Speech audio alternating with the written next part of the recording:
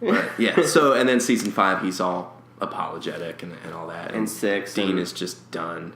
Well, no, season 6 is I think my favorite Sam because that's when he didn't have a soul.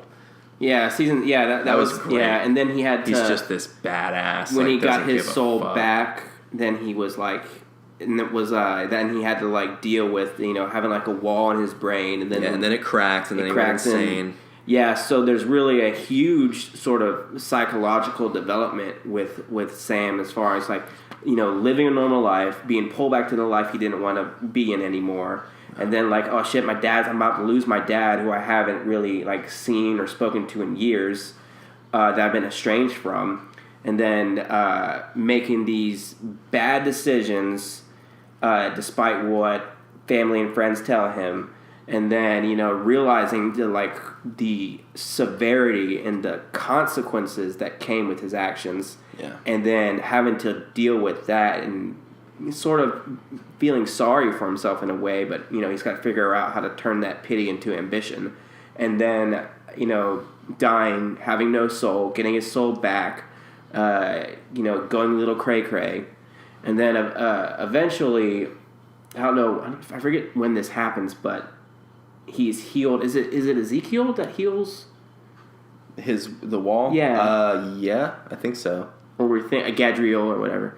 I think it is. Well, are you talking about the wall that cracked with like the Lucifer stuff? Yeah, because eventually, there's a point where he stops hallucinating Lucifer. Because no, I think Ezekiel cures him of all of the stuff he was dealing with the trials. Yeah. I think it was either Castiel or Death that. No, it was Castiel because Castiel took it on. That's how he went crazy, and that's your favorite Cass. He took Sam's the craziness and put it into himself. Yeah. And that's why he was he was playing sorry and shit and all that. Yeah, that little. Yeah. So, okay. So Sam, I will go on record and say I don't dislike Sam as a character. Yeah, we don't dislike him. I just think that he, of all the characters, has just had the bitchiest moments. Yeah, and then I think they try to balance that out with the Mark of Cain and whatever. Yeah, but even when Dean's going through shit, he's just like he knows. Yeah, he knows. He knows he's like, fucking I know up. I'm doing He's a shitty thing. Okay, so the next one that a questionable moment is the whole Dean in hell thing, which is another thing I've been talking about for a while. It's in season 4 when Dean is released from hell, or Castiel, grips him tight and saves him from perdition. I'm the one who gripped you tight and raised you from perdition. Yeah, you did. But when I put my hand on you. Okay. On your shoulder. Okay. All right, that's enough. Personal space. When Dean's back, you can tell that he clearly is going through some shit, but he doesn't talk about it until that little monologue, which I don't remember what episode it was on. But there's a scene, one of the more famous scenes in Supernatural, where Dean basically talks about what he went through in hell. He finally reveals to Sam that he remembers everything, and that he. That was actually, I believe that was Jensen's. The one time where he was he truly empathized with his character. And those were real tears. He talked about that in an interview or something. He had to be pulled back from that. Yeah. Which, you watch that monologue and it's very good. Oh yeah. Just real. One of the few moments, or one of the many moments that their acting is, their true acting abilities are shown. Yeah. So my problem with it is Dean says that he spent what felt like 40 years. He says he spent 4 months. It was 4 months in Earth time, but in hell he was time passes differently here, and it was more like 40 years.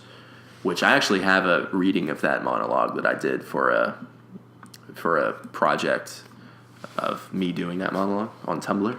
But so 4 months, 40 years. My issue with that, and at first when he says it felt more like 40 years, it's okay, so it felt like 40 years because he was being brutally tortured for 4 months, and of course that's going to feel like a lot longer. It's it's an expression, You know, he's like, it felt like forever, basically saying that. Yeah. That makes sense. I'm cool with that. But then he proceeds to describe that he was like, for the first 30 years, you know, I was good.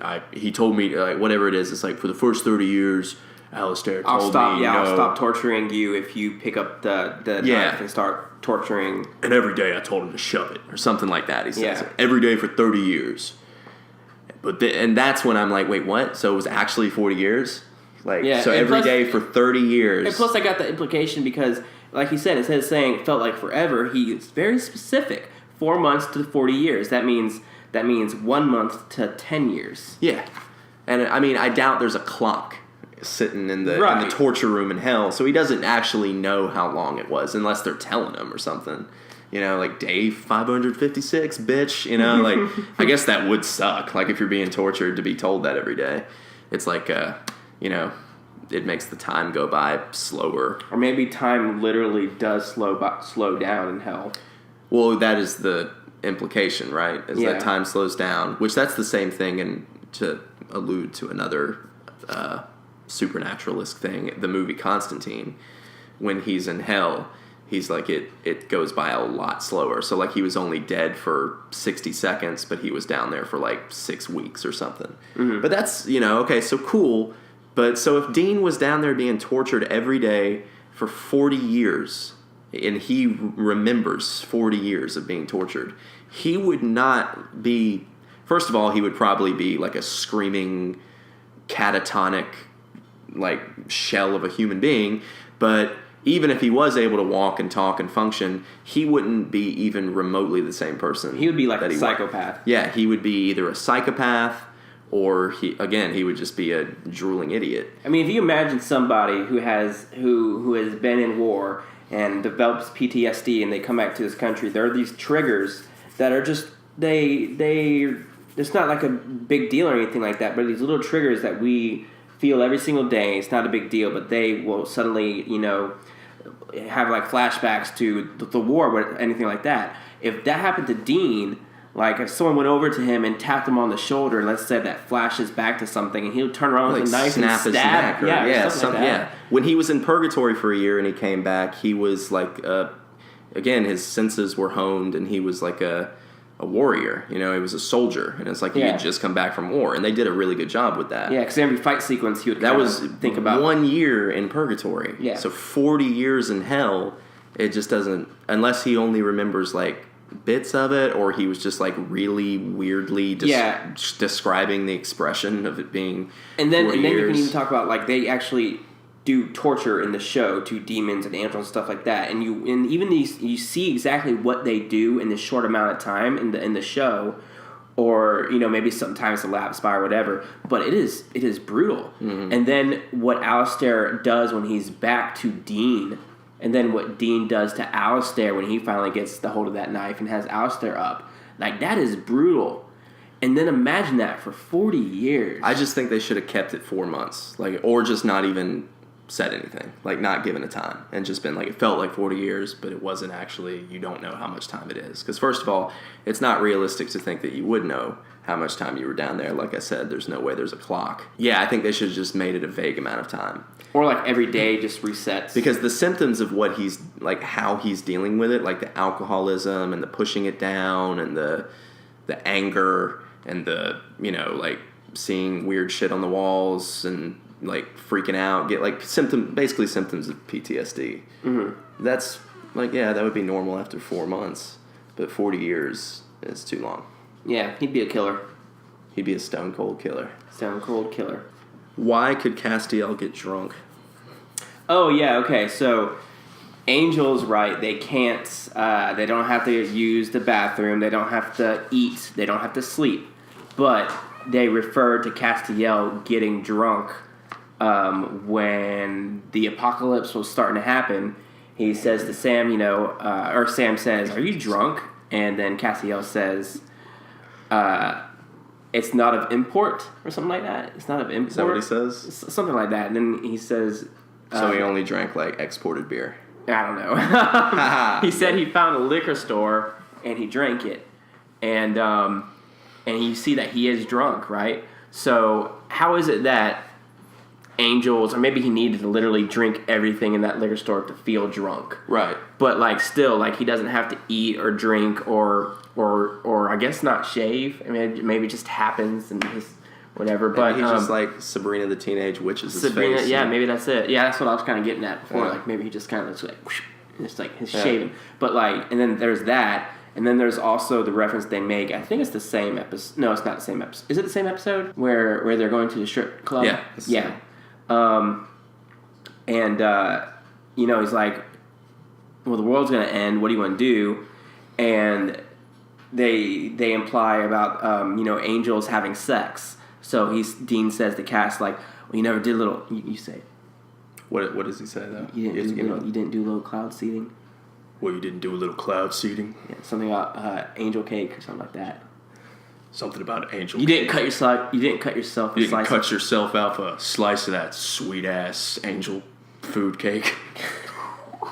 And then his answer is something like, "Oh, I never had time," or there was never an occasion. They also refer to angels as being junkless, right? Because they're these cosmic. Junkless? Yeah, Dean refers to them as like a Ken doll. Or something like that. Like so The if word junkless. I know it's weird. So if the angels are like these celestial beings and they inhabit, they're inside of a human vessel, right? Mm-hmm. Then I can see how, you know, getting to bumping the nasties could happen, right? But they don't breed. Like, but they don't have kids. They don't breed. So what's the point? So like we fuck because we can have kids. Also, knives and gunshots and everything like that, doesn't affect Castiel or any of the angels unless it's like a holy weapon. So like angel blade or holy water or holy oil, that would affect them, right?